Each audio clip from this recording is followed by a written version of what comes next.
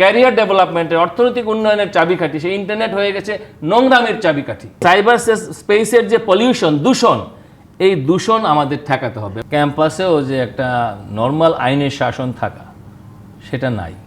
একটা কারণ আমি বললাম, প্রধান কারণটা কি দেখেন, আপনি যদি আইনের শাসনের কথা ধরেন, আমাদের দেশে এখনও প্রচলিত যে সাইবার সিকিউরিটি আইন আছে, সেই আইনের 25 ধারায় কিন্তু এই ইন্টারনেটে নোংরা প্রচারের বিরুদ্ধে কিন্তু শাস্তির বিধান লেখা আছে, কারো যদি কোনো মানহানি হয়। আমরা কিন্তু এই মানহানির ব্যাপারে কিন্তু অ্যাকশন দেখিনি।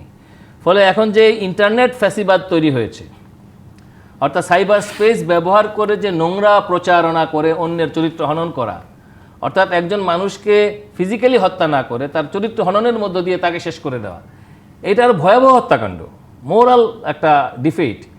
এবং আপনি ওই যে হিটলারের যে প্রচার সচিব গোয়েবলসের একটা উক্তি আমাকে বলতে হয়, যে গোয়েবলসীয় প্রচার। গোয়েবলস বলতেন যে একটি মিথ্যাকে 10 বার সত্য বলে প্রচার করে দাও, দেখবে যে তার কাছে সত্য মুখ থুবড়ে পড়ে আছে।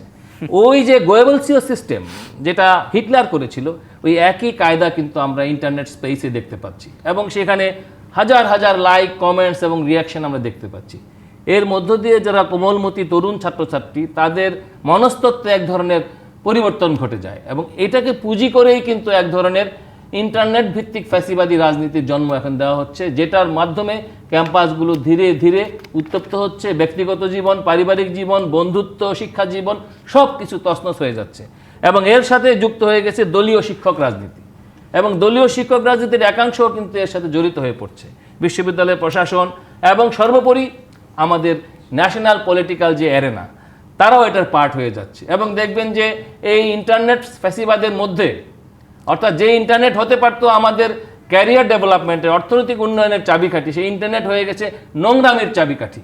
ফলে আজকে ইন্টারনেটের মতো, সাইবার স্পেসের মতো একটা গুরুত্বপূর্ণ এরিয়া, যেটা আধুনিক জ্ঞান বিজ্ঞানের মুক্ত চিন্তার একটা অবাধ ক্ষেত্র হতে পারত, তথ্য প্রযুক্তি এবং গণমাধ্যমের জন্য একটা বিরাট উৎসাহের জায়গা হতে পারত, সেই জায়গাটাও কিন্তু আজকে কলুষিত করে দেওয়া হচ্ছে।